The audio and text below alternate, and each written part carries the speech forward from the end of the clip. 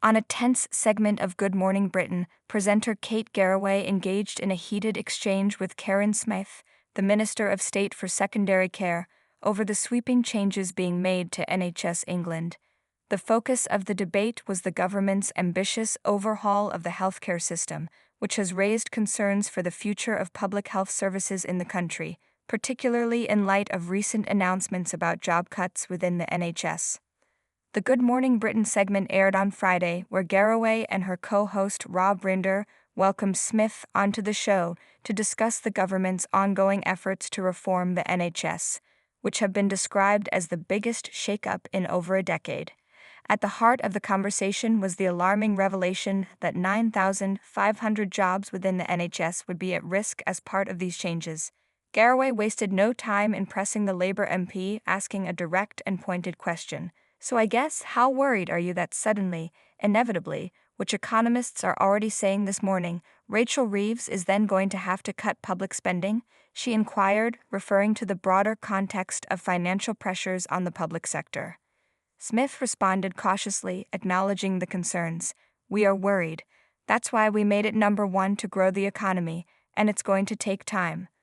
The Prime Minister has always talked about a decade of national renewal, she explained, hinting that the long-term economic recovery would be the key to balancing the books and funding essential services like the NHS. However, Garraway was quick to challenge the notion of long-term growth as a solution, interrupting Smyth mid-sentence. But we're not going to see growth for a decade. I'm sorry to interrupt you, but that is concerning, she said, her tone tinged with frustration at the suggestion that immediate action may not be forthcoming. Smyth attempted to defend the government's position, explaining that changes were already underway in the NHS. We will see changes in the economy. Of course, as we go, we've already seen changes in the health service. We've seen more appointments. She started, but Garraway was not satisfied with the answer. Interrupting once more, Garraway pushed for more clarity, asking, "Sorry, I'm going to have to interrupt one more time, I promise. We know that a statement is coming up very soon, and we know that there's an announcement going to be made. Are you now fearful that there are going to have to be tightening of the belt?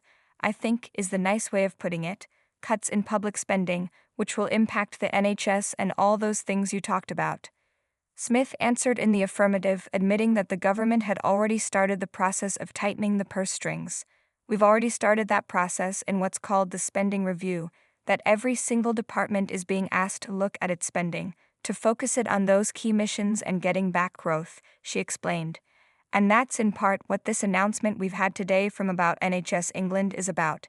It's about changing the way that we spend taxpayers' money to make sure that the things that they need to happen. Despite the minister's reassurances, Garraway's frustration was palpable. As the conversation continued, Rob Rinder chimed in to further press Smyth on the issue, stating, "That's exactly the point, just to be clear.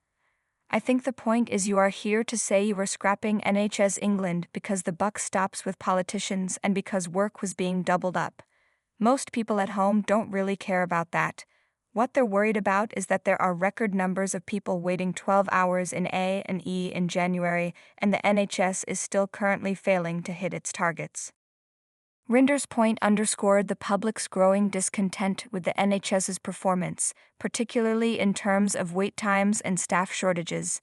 The issue of overstretched A&E departments, with patients waiting hours for treatment, has been a persistent problem that has only worsened in recent months.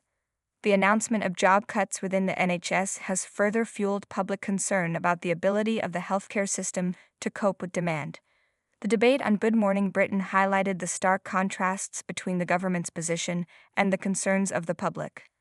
While the government insists that changes to the NHS are necessary for long-term sustainability and growth, critics argue that the immediate pressures facing the healthcare system cannot be ignored.